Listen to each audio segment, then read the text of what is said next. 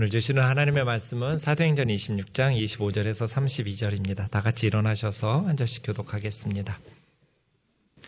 바울이 이르되 베스도 각하여 내가 미친 것이 아니요 참되고 온전한 말을 하나이다. 왕께서는 이 일을 아시기로 내가 왕께 담대히 말하노니 이 일에 하나라도 아시지 못함이 없는 줄 있나이다. 이 일은 한쪽 구석에서 행한 것이 아니니이다. 아그리빠 왕이여 선지자를 믿으시나이까? 믿으시는 줄 아나이다. 아그리빠가 바울에게 이르되 내가 적은 말로 나를 권하여 그리스도인이 되게 하려 하는도다. 바울이 이르되 말이 적으나 많으나 당신뿐만 아니라 오늘 내 말을 듣는 모든 사람도 다 이렇게 결박된 것 외에는 나와 같이 되기를 하나님께 원하나이다 하니라. 왕과 총독과 번외계와 그 함께 앉은 사람들이 다 일어나서 물러가 서로 말하되 이 사람은 사형이나 결박을 당할 만한 행위가 없다 하더라. 이에 아그리빠가 베스도에게 이르되 이 사람이 만일 가이사에게 상소하지 아니하였더라면 석방될 수 있을 뻔하였다 하니라. 아멘. 자리에 앉으셔서 기도하겠습니다. 존귀하신 하나님, 생명의 말씀을 밝혀 우리의 영혼을 새롭게 하여 주옵소서. 미련한 종을 주님 손에 맡기옵고 예수님의 이름으로 기도하옵나이다. 아멘. 지난주일 설교하고 한 교우님이 질문을 주셨습니다. 목사님, 값진 인생을 살기 위해서는 신앙과 실력이 필요하고 실력은 노력과 시간이 더해지면 길러진다고 하셨는데 그럼 신앙이 자라나려면 어떻게 해야 되나요? 여러분, 신앙이 자라나려면 어떻게 해야 될까요? 어떤 분야든지 노력과 시간이 더해지면 실력이 쌓여요. 신앙은 어떻게 해야 쌓이고 자라나게 될까요? 그래서 제가 물었어요. 신앙이 좋다라는 게 무엇을 뜻하는 것 같냐고. 신앙이 좋다는 게 무슨 의미일까요? 믿음이 좋다. 신앙이 자라난다. 신앙이 좋은 사람이야. 어떤 사람일까요? 신앙이 좋다는 것은 하나님과 관계가 좋다는 뜻입니다. 기도 많이 하고 전도 많이 하고 헌금 많이 하고 봉사 열심히 하고 신앙이 없을 수도 있어요. 그런 어떤 업적이 아니라 신앙이 좋다라는 것은 하나님과의 관계가 좋다는 뜻이거든요. 관계로 설명해야 돼요. 하나님과의 관계가 좋아지면 이웃과의 관계도 좋아지고 피조자연세계와의 관계도 좋아지고 자기 자신과의 관계도 좋아져요. 그래서 신앙이 좋아지려면 어떻게 해야 됩니까? 라는 질문은 하나님과의 관계가 좋아지려면 어떻게 해야 됩니까? 라는 말하고 똑같은 말이에요. 하나님과 사랑의 사귐이 풍성해지고 하나님과의 관계가 발전하는 그것을 신앙이 자라난다 이렇게 말해요. 하나님과의 관계가 좋아지려면 하나님과 사랑의 사귐이 더 풍성하게 발전하려면 어떻게 해야 될까요? 하나님을 잘 알아야겠죠. 하나님께서 좋아하시는 것이 무엇인지, 하나님께서 싫어하시는 것이 무엇인지를 알아야 하나님과의 사랑의 사귐이 발전할 수 있어요. 사람들 사이도 마찬가지잖아요. 두 사람의 관계가 발전하고 사랑의 사귐이 풍성하게 나아가려면 상대방이 무엇을 좋아하고 무엇을 싫어하는지를 알아야 돼요. 하나님과의 관계도 마찬가지죠. 하나님께서 좋아하시는 것이 무엇인지, 하나님께서 싫어하시는 것이 무엇인지 그것을 알아야 하나님과의 사랑의 사귐을 발전시킬 수 있어요. 오늘 본문에 나오는 베스도 총독은 12번째 유대 총독입니다. 전임 벨릭스 총독에 이어서 새롭게 베스도가 총독이 되었습니다. 베스도가 신임 총독이 되어서 이제 아그리빠 2세 왕과 베니게라는 그 누이 동생입니다. 버니게가 신임 총독에게 인사차 가이사라에 왔습니다. 아그리빠 왕의 방문을 받고 신임 베스도 총독이 자기 고민거리 하나를 나눕니다. 전임 벨릭스 총독이 한 사람을 구류에 두었는데 내가 예루살렘에 갔더니 예루살렘의 대제사장들과 장로들이 그 벨릭스 총독 때 구류에 두었던 사람을 정죄해달라고, 유죄 판결을 내려달라고 요청하더라. 그래서 내가 예루살렘의 유대 종교 지도자들에게 대답하기를, 우리 로마 사람의 법에는 피고가 원고들 앞에서 고소사건에 대해서 자기 자신을 변론할 기회를 주지 않고 유죄 판결을 내리는 법은 없다. 너희가 그 사람이 죄가 있다고 생각해서 유죄 판결을 받아야 된다고 생각한다면 내 앞으로 오라고. 와서 너희 원고들 앞에서 피고가 자기에 대해서 변명할 기회를 주고 재판석에 앉은 내가 그걸 들어보고 판결을 내리겠다고. 그래서 유대 종교 지도자들이 가이사랴로 와서 내가 지체하지 않고 이튿날 바로 재판을 열어서 바울이라는 사람을 데려왔는데, 내가 기대할 때는 이 바울이라는 사람이 로마 제국의 반역을 도모하면서 백성들을 선동한 위험한 인물이라고, 그런 어떤 악행의 혐의를 기대하고 있었는데, 내가 짐작했던 악행의 혐의는 원고들이 하나도 제시하지 못하고 그들의 종교에 대한 것인가, 종교에 대한 것과 또 예수라는 이가 죽었다가 다시 부활했다라는 것에 대한 바울의 주장에 대한 문제로 고발할 뿐이더라. 그래서 내가 이 일에 어떻게 심리해야 될지 잘 몰라가지고 바울에게 너 예루살렘에 올라가서 재판 받을래? 라고 제안했더니 바울이 예루살렘에 가서 재판하기를 거절하고 로마에 가서 재판받기를 원하더라. 로마 시민권자임을 이야기하면서 황제 앞에서 재판을 받겠다. 그렇게, 그래서 내가 가이사 로마 황제에게 보내기까지 잘 지켜두라고 명령해 둔 사람이 있다. 좀 슬프죠.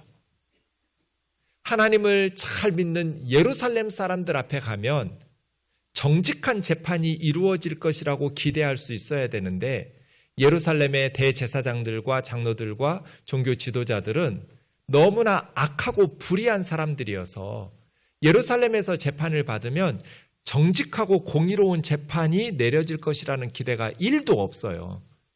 오히려 황제 숭배와 우상들을 숭배하는 로마 사람들의 재판석에 가면 오히려 더 공의로운 정직한 재판을 받을 것이라고 바울은 기대하고 있는 것이죠. 믿지 않는 세상 사람들이 저 사람은 교회 다니고 예수님을 믿으니까 정직할 것이라는 신뢰를 가지고 예수 믿는 사람에게 의뢰를 할 수 있어야 되는데, 오히려 교회 다니는 사람들은 사기꾼처럼 신뢰를 잃어버리고 예수 믿지 않는 사람들, 절에 다니는 사람들, 성당에 다니는 사람들, 이런 사람들을 더 신뢰한다면 한국 교회는 위기죠. 신임 총독이 예루살렘에 가서 신문을 받겠느냐라고 제안했을 때 바울은 예루살렘을 거부하고 로마를 선택했다는 거예요. 참 이런 말들을 들어야 되는 유대인들이 부끄럽겠죠. 그래서 아그리빠가 총독의 말을 듣고 바울에 대한 호기심이 생겼어요. 나도 그 사람 직접 좀 만나서 들어보고 싶다. 내일 듣게 해주겠다. 총독이 말해서 그 이튿날 이제 이건 재판은 아닙니다. 그래서 접견 장소 질문을 던지고 받는 청문회 같은 성격이지 재판정이 열린 것은 아니에요. 그래서 재판정에 모인 것도 아니에요. 그냥 큰 강당 같은 곳에 바울을 불렀는데 거기에 아그리빠 2세 왕과 그의 누이 동생 버니게가 크게 위엄을 갖추고 와서 앉아 있어요. 왕과 여동생이 크게 위엄을 갖추고 왔다는 것 무슨 의미겠어요? 평상복으로 입고 오지 않고 화려한 왕복을 입고 금으로 만든 왕관을 쓰고 왔다는 뜻이에요. 큰 위엄을 드러내면서 왕복과 왕관을 쓰고 아그리빠 2세가 나왔고, 그의 누이 동생 버니게도, 이 버니게는 역사책에 보면 굉장히 화려하고 사치스러운 여인으로 기록되어 있거든요. 그러니까 이 버니게도 굉장히 화려한 옷을 입고 있었을 거예요. 그리고 천부장들도 그 자리에 왔어요. 가이사랴에는 5연대가 있었으니까 천부장 5명이 있는 거거든요. 그러니 5명의 천부장들이 다 왔었는지 몇 명 빠졌는지 모르겠지만 천부장들이라고 했어요. 그리고 시중에 고위직에 있는 고관들, 높은 사람들 이렇게 말했어요. 그리고 베스도 총독이 죄수 바울을 불렀죠. 여러분 그 장면 한번 상상해 보세요. 아그리파 2세 왕이 큰 위엄을 드러내면서 왕복을 입고 면류관 왕관을 쓰고 앉아 있어요. 그의 누이 동생 버니게는 화려하게 큰 위엄을 가지고 있어요. 천부장들이 그 자리에 배석해 있었고 시중에 높은 지위에 있는 아마 바울이 지금까지 만났던 사람들 중에서 가장 고위층에 있는 사람들이 다 집결해 있었을 것 같아요. 유대 총독, 신임 총독 베스도까지. 네. 최고위직 사람들이 총출동해서 자신들의 위엄을 드러내는 그러한 권세를 드러내면서 앉아 있는데 바울은 쇠사슬에 묶여서 단색으로 된 죄수복을 입고 그 자리에 불려 나오게 된 것이죠.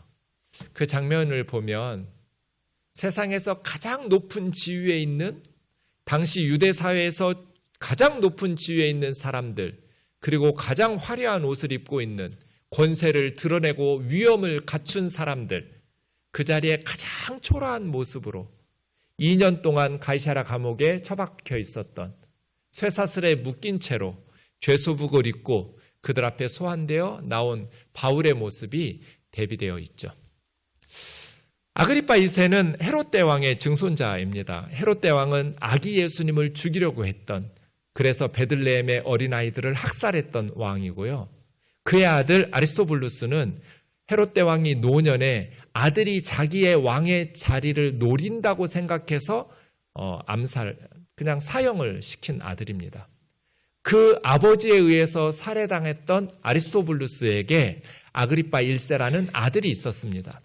이 아그리파 1세가 사도 야고보를 칼로 쳐서 죽였던 벌레 먹어서 죽은 왕입니다.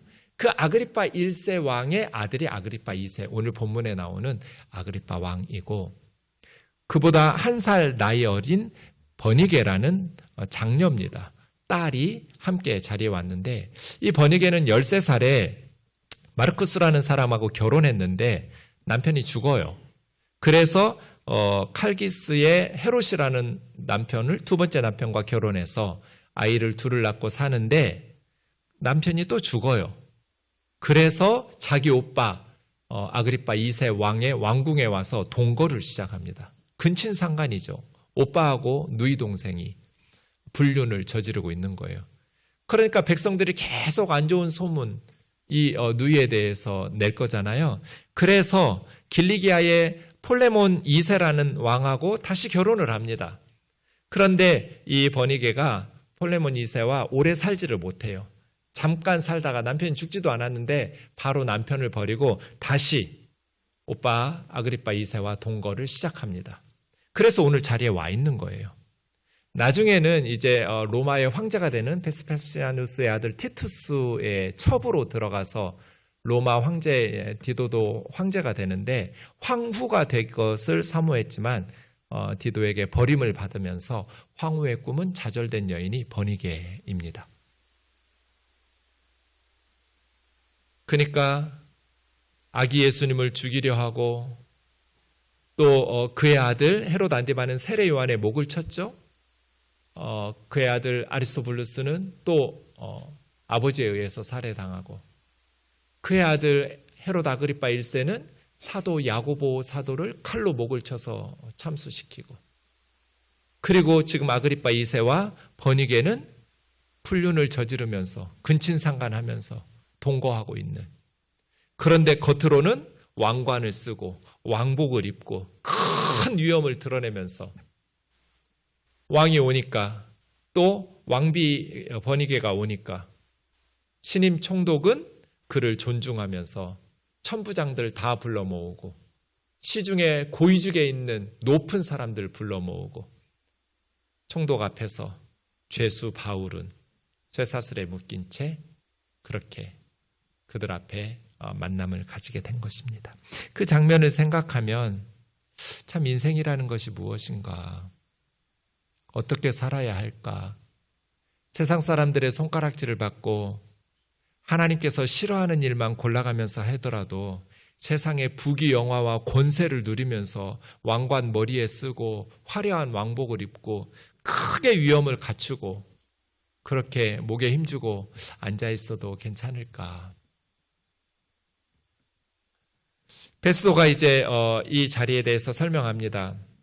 당신들이 보는 이 사람은, 이 죄수는 유대의 모든 무리가 큰 소리로 외치기를 살려두지 못할 사람. 그래서 예루살렘에서도 가이사랴에서도 내게 청혼했지만 내가 살펴보니 이 사람은 죽일 만한 죄가 없다. 근데 그가 황제에게 상소해서 로마로 보내기로 결정했다. 그에 대해서 황제에게 보내야 되는데 확실한 죄목이 없다. 그래서 오늘 이 자리를 마련해서 혹시라도 황제에게 상소할 자료가 있을까 하여 특히 유대 사정에 밝은 아그리빠 왕, 유대 왕은 이 상황을 더 잘 알 테니까 죄목도 밝히지 않고 죄수를 황제에게 보내는 것은 무리한 일 아니겠냐. 그래서 이 자리를 마련했다고 설명합니다. 무리한 일이라고 번역하는 것은 알로고스입니다. 로고스는 말씀이라는 뜻도 있고 이성이라는 뜻도 있습니다. 아는 부정접두어니까 말씀이 없는 또 이성이 없는 그런 뜻이어서 이성이 없는 말도 안 되는 이런 의미가 무리한 이렇게 번역된 말입니다. 죄수를 황제의 재판에 보내면서 확실한 죄목도 쓰지 않고 편지하지 못하고 보내는 것은 이거는 말도 안 되는 상황 아니냐. 그래서 이 자리를 마련했다입니다.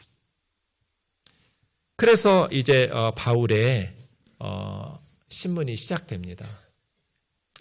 사도행전에 보면 바울의 변론이 5번 나옵니다. 재판 과정에서. 이게 마지막 5번째입니다. 앞으로는 바울의 변론하는 내용이 없습니다. 로마에 가서도 바울은 재판을 받았을 것이고 변론을 했을 텐데 사도행전에는 기록이 없습니다. 이 5번째 마지막 변론이 가장 자세한 변론인데요. 아마 예상컨대는 로마에서 고위직을 만나서 재판이 열릴 때에도 바울은 오늘 본문과 같이 변론했을 것 같습니다. 아그리빠가 말합니다. 너를 위하여 말하기를 너에게 허락하노라. 바울아, 너 자신을 변호해 보거라. 네, 바울은 자신을 변호할 수 있는 기회를 얻었어요. 그래서 손을 들어 감사 예를 표하면서 이렇게 말을 시작합니다. 아그리빠 왕이여, 유대인이 고발하는 모든 일을 오늘 당신 앞에서 변명하게 된 것을 다행스럽게 여깁니다. 다행이라고 번역된 것은 복되다, 행복하다 그런 뜻이거든요. 당신 앞에서 내가 말할 수 있어서 너무나 행복합니다. 당신 앞에서 변호할 수 있어서 나는 너무나 복받은 사람입니다.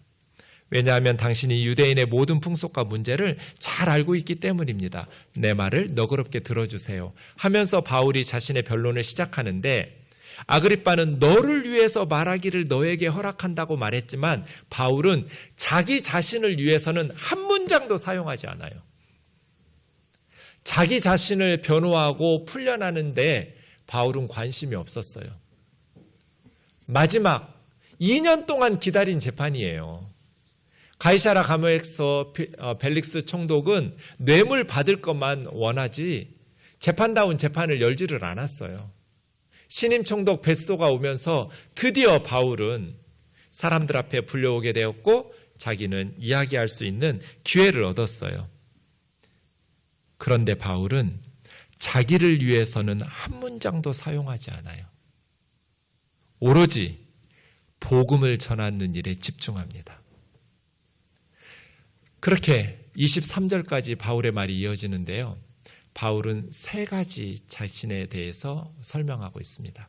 첫 번째는 나는 바리새인이었다.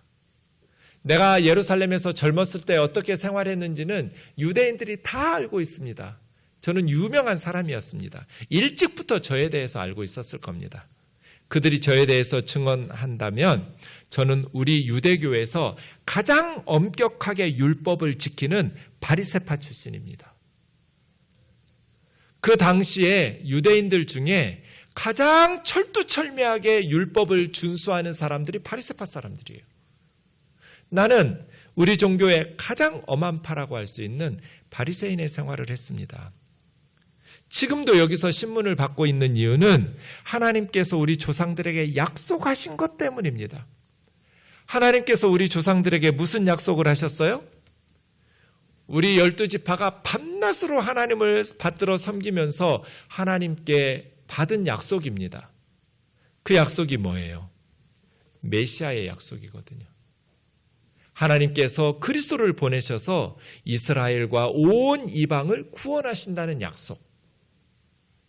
이 소망 때문에 나는 유대인들에게 고소를 당하고 있습니다. 내가 무슨 새로운 교단을 만든 거 아닙니다. 새로운 단체를 결성한 것 아닙니다. 로마 제국을 반역해서 무슨 반역을 도모한, 나는 우리 조상 12지파가 밤낮으로 받들어 섬겼던 하나님께서 주신 약속, 그 소망 때문에 지금 신문을 받고 있습니다.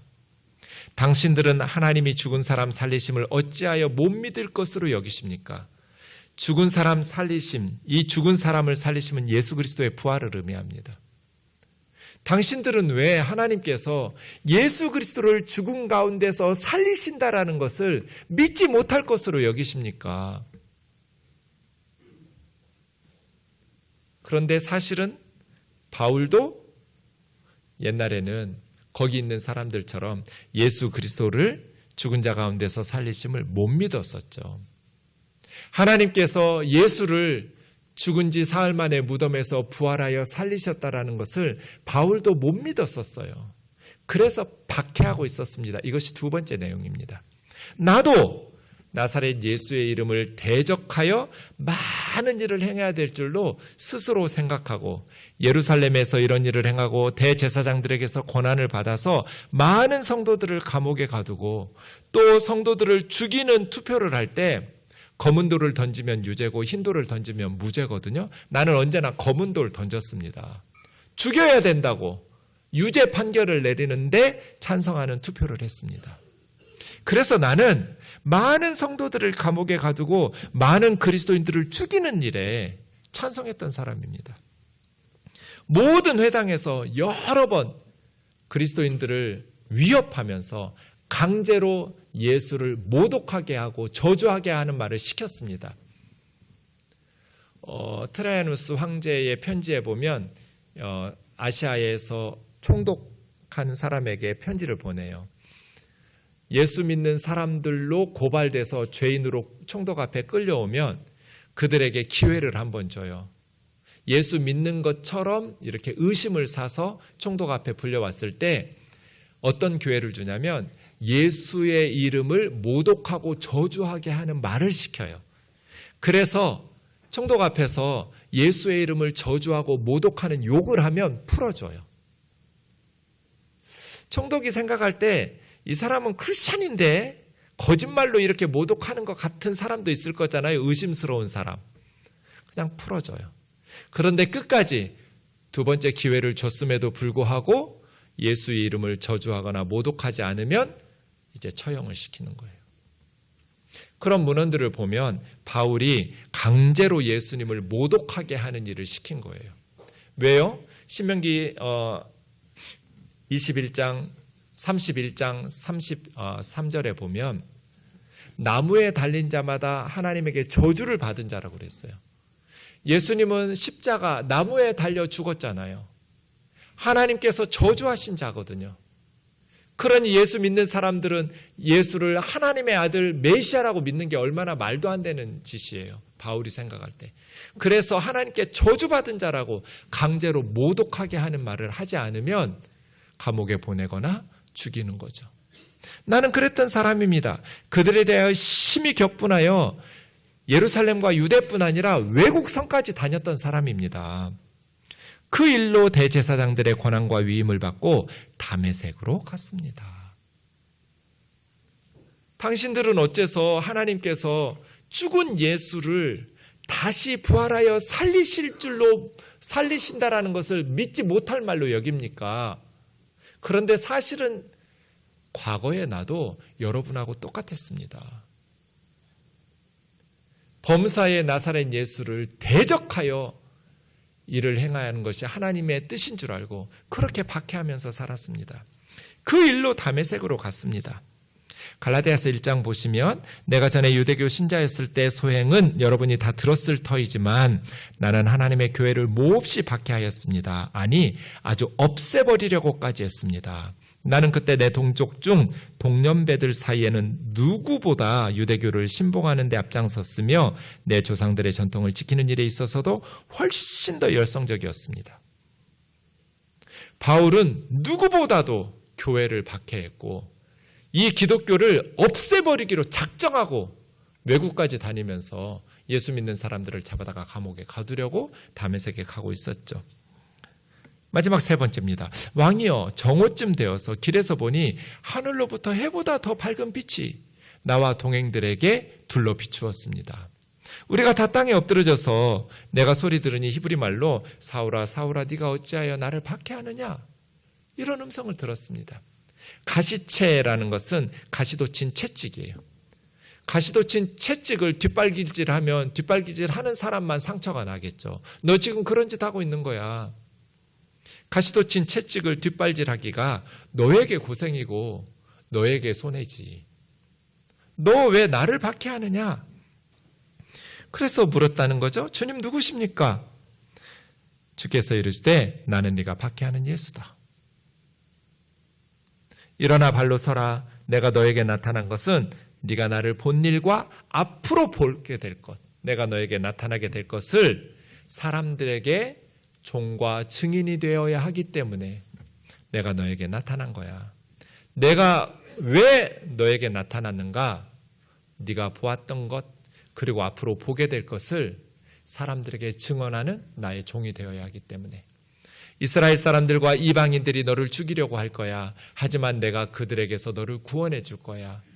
나는 그들에게 너를 보내노라. 보낸다라는 말이 사도란 뜻입니다. 내가 나를 증언할 수 있도록 너를 이스라엘과 이방 사람들에게 사도로 보낸다. 18절 같이 읽겠습니다. 시작. 그 눈을 뜨게 하여 어둠에서 빛으로 사탄의 권세에서 하나님께로 돌아오게 하고 죄사함과 나를 믿어 거룩하게 된 무리 가운데서 기업을 얻게 하리라 하더이다. 바울이 그에게 나타나신 주님 그리고 앞으로 나타나실 주님을 이스라엘 사람들과 이방 사람들에게 전해야 되고 증언하는 이유는 그들의 눈을 뜨게 해야 하기 때문이에요. 사람들의 눈이 가려져 있어요. 그래서 어둠 속에서 헤매고 있는 거예요. 현대인들도 마찬가지예요. 영적으로 눈이 가려져 있어요. 어두우니까 지옥을 향해서 계속 걸어가는 거죠. 계속 낭떠러지로 걸어가는 사람들이 떨어져서 죽는데 어두우니까 계속 가죠. 밝은 빛을 비추어서 지금 자신들이 가다가 좀 더 가면 떨어져 죽는다는 것을 알게 되면 한 사람도 계속 갈 사람 없어요. 다 유턴해서 다른 길로 가겠죠. 세상이 어두우니까 계속 멸망의 길로 가는 거예요. 바울아, 가서 그들의 눈을 뜨게 해줘야 된다.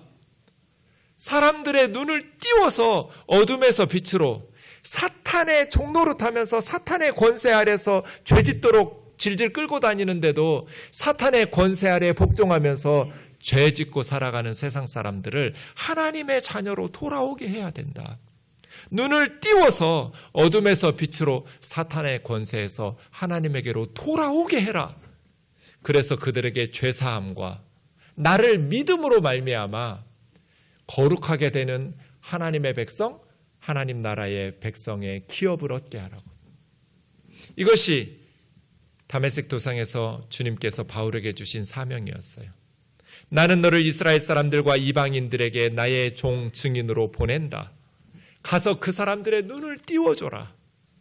어둠에서 빛으로 사단의 권세에서 하나님의 자녀에게로 돌아와서 죄사함 받게 해라. 어떻게 해요? 나 믿으면 돼요.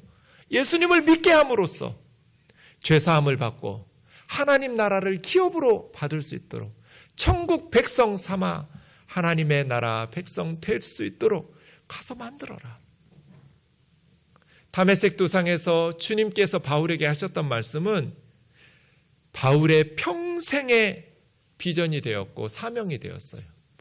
그래서 지금도 자기를 변호해서 풀려날 생각을 안 하고 바울은 자기를 변론하는 일에는 한 문장도 사용하지 않고 거기 있는 사람들, 아그리빠 왕은 너를 위해서 변호하라고 그랬는데 바울은 듣고 있는 사람들을 위해서 복음을 전하고 있어요.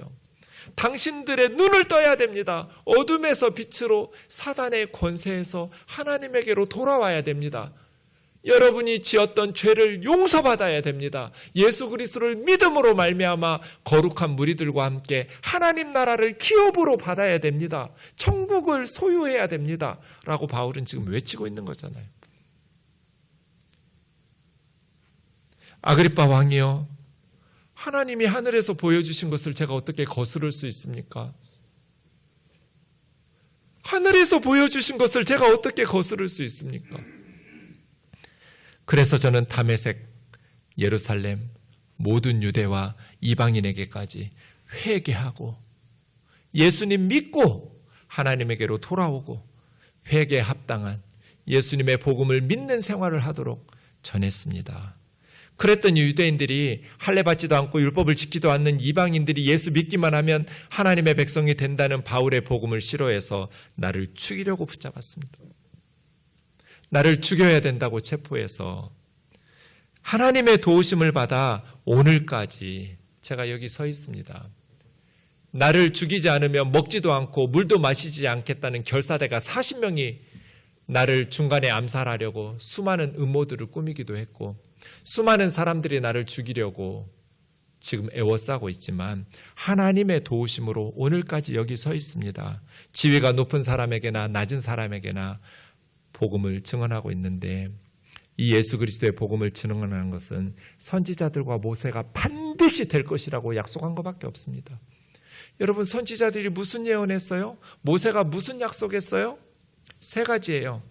첫 번째, 그리스도가 고난을 받으실 것이다.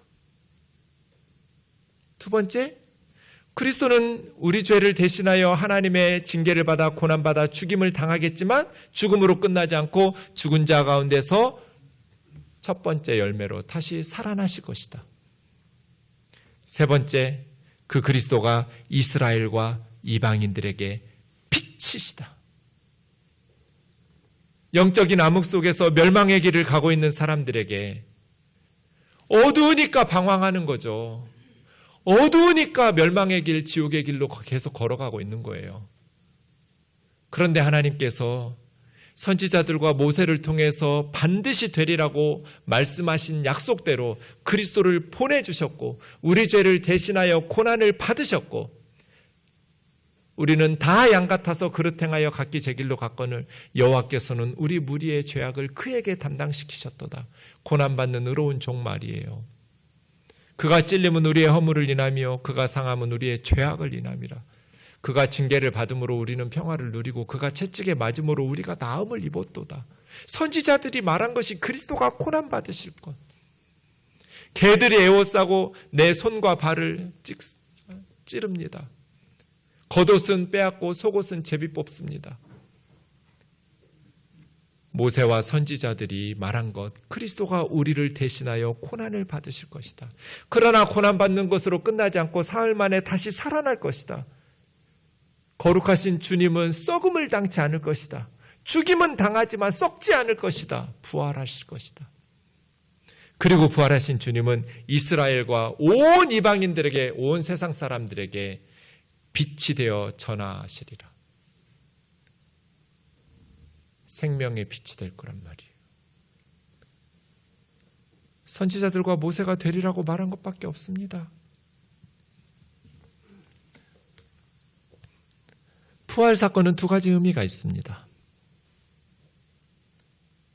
첫 번째는 하나님께서 예수님이 옳았다고 선언하신 사건입니다. 바울은 예수님의 제자들이 예수님의 시체를 무덤에서 훔쳐갖고 부활했다고 거짓말했다고 믿었을 겁니다. 그런데 다메섹 도상에서 부활의 주님을 만나고 주님과 대화를 나눕니다. 예수님이 부활하셨다고? 예수의 제자들이 거짓말이 아니었다고? 이 부활 사건이 의미하는 바가 뭡니까? 하나님께서 예수가 옳았다라는 것을 선언하신 거예요. 예수를 죽인 유대 종교 지도자들이 틀렸다라는 것을 증명하신 거예요. 그렇다면 나무에 달린 자마다 저주를 받았다는 신명기의 말씀은 어떻게 되는가? 예수가 죄를 범하여 하나님이 예수를 저주하고 심판하신 줄 알았더니 갈라디아서 3장 13절에서 깨우친 것처럼 하나님은 예수님에게 우리 죄를 덮어 씌우셨고 예수님은 자신의 죄 때문에 하나님의 저주를 받아 죽은 자가 아니라 우리를 대신해서 하나님의 저주를 받으셨구나. 그리고 부활하셨다라는 것은 하나님 앞에서 우리의 죄가 완전히 해결된 것을 선언해요. 우리를 대신해서 죽으셨기 때문에 하나님 앞에서 구원받아야 될 하나님의 백성들의 죄가 아직 남아있다면 예수님은 부활하면 안 되죠. 벌받고 있어야 돼요. 죽음의 권세 아래 묶여 있어야 돼요. 예수가 부활했다라는 것은 하나님의 백성들이 하나님 앞에서 죄가 깨끗하게 해결됐다는 선포예요. 부활 사건은 이런 두 가지 중요한 의미가 있어요. 바울이 그걸 깨닫게 돼요. 하나님은 예수가 옳았다고 선언하셨어요. 그리고 예수님은 우리 죄 때문에 저주를 받으셨고 우리를 위한 죄가 완전히 해결됐을 때 하나님께서 그를 다시 살리셨어요. 그 부활의 주님을 만나고 바울은 변화되게 됩니다. 바울이 이렇게 말하니까 베스도 총독이 말합니다. 바울아, 네가 미쳤다. 너의 많은 학문이 너를 미치게 한다. 공부를 너무 많이 해서 네 머리가 돌아버렸구나. 어떻게 그렇게 선택하면서 살아갈 수가 있느냐. 지금 너를 죽이려고 기득권을 가진 그리고 너희 동족 유대인들이 너를 매국노라고 살려둬서는 안 될 자라고. 그런데 왜 너 스스로 그렇게 앞길이 보장된 축복의 길을 버리고 이런 어리석은 선택의 삶을 살아가냔 말이에요. 네가 미쳤구나. 베스도 총독은 이해할 수 없었어요. 어떻게 이렇게 사냔 말이에요. 카카, 내가 미친 것이 아닙니다. 참되고 온전한 말을 합니다. 저 지금 정신 바짝 차리고 있습니다. 저 미친 사람 아닙니다. 참되고 온전한 말을 하고 있습니다. 왕께서는 이 일을 아시기로 내가 담대히 말합니다. 하나라도 아시지 못하는 게 없는 줄 압니다. 제가 지금까지 말한 거 아그리빠 왕 당신은 다 알고 있지 않습니까? 이 예수 사건은 한쪽 구석에서 일어난 일이 아닙니다. 예루살렘 한복판에서 일어난 사건입니다. 왕이시여 선지자를 믿으십니까? 믿으시는 줄 압니다. 아그리빠가 말을 끊습니다. 네가 적은 말로 나를 권하여 그리스도인 되게 하려는구나. 이 짧은 말로 혹은 적은 노력으로 나를 너와 같은 그리스도인 되게 하려는구나. 말이 짧든지 길든지 적은 노력이든지 많은 노력이든지 당신뿐 아니라 오늘 내 말 듣고 있는 여기 있는 모든 사람 다 이렇게 나처럼 죄수가 되는 거 빼고 쇠사슬에 묶인 것을 제외하고 나와 같은 선택을 하며 나와 같이 삶이 변화되며 나와 같이 살아가기를 하나님께 간절히 원합니다. 나처럼 되기를 원합니다.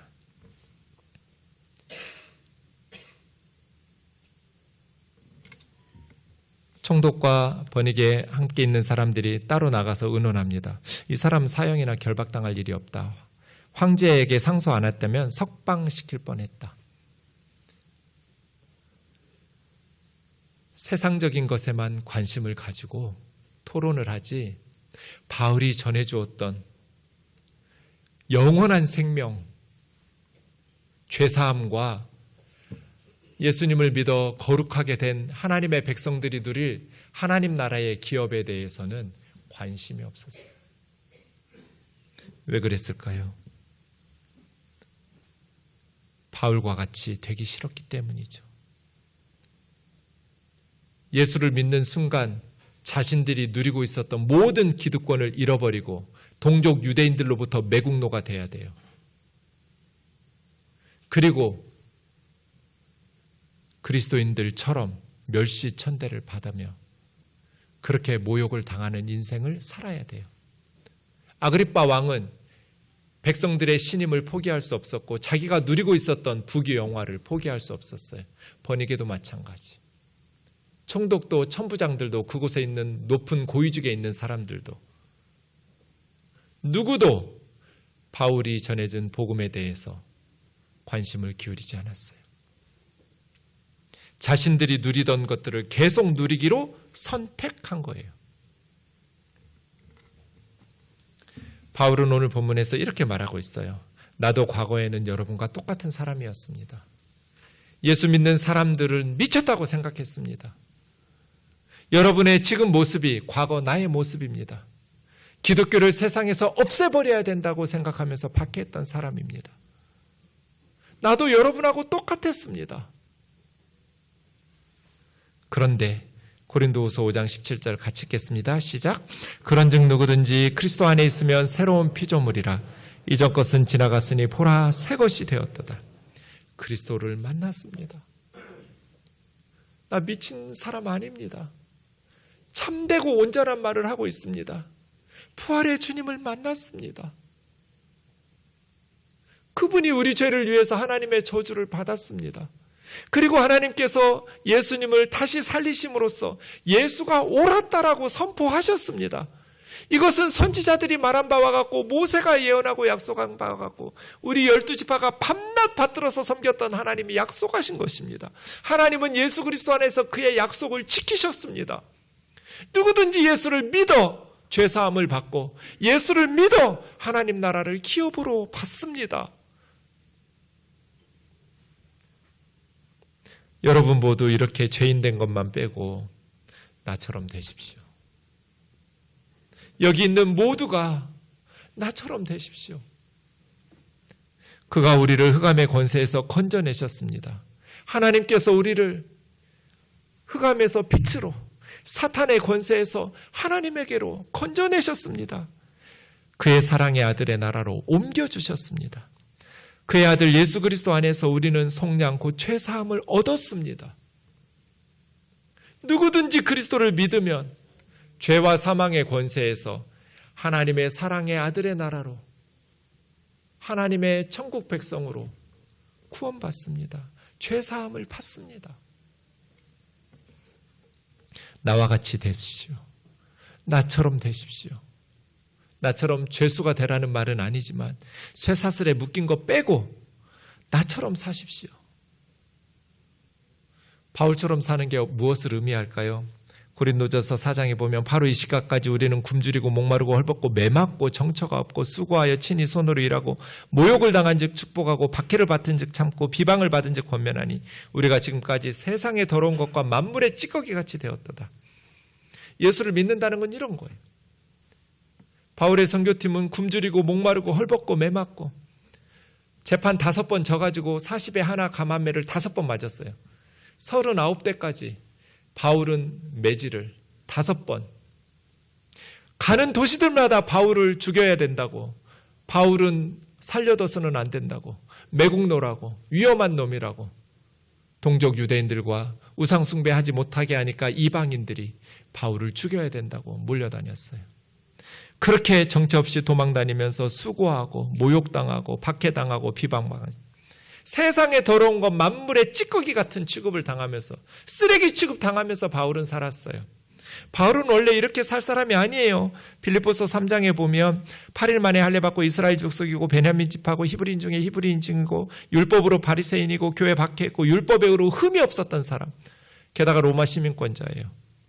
그런데 무엇이든지 유익하던 것을 그리스도를 위해서 다 해로 여기고 모든 것을 해로 여기면 내 주 예수 그리스도를 아는 지식이 가장 고상하기 때문이다. 나는 예수님을 위해서라면 모든 것을 잃어버리고 배설물처럼 여긴다. 나는 그리스도를 얻기를 원하고 그 안에서 발견되기를 원한다.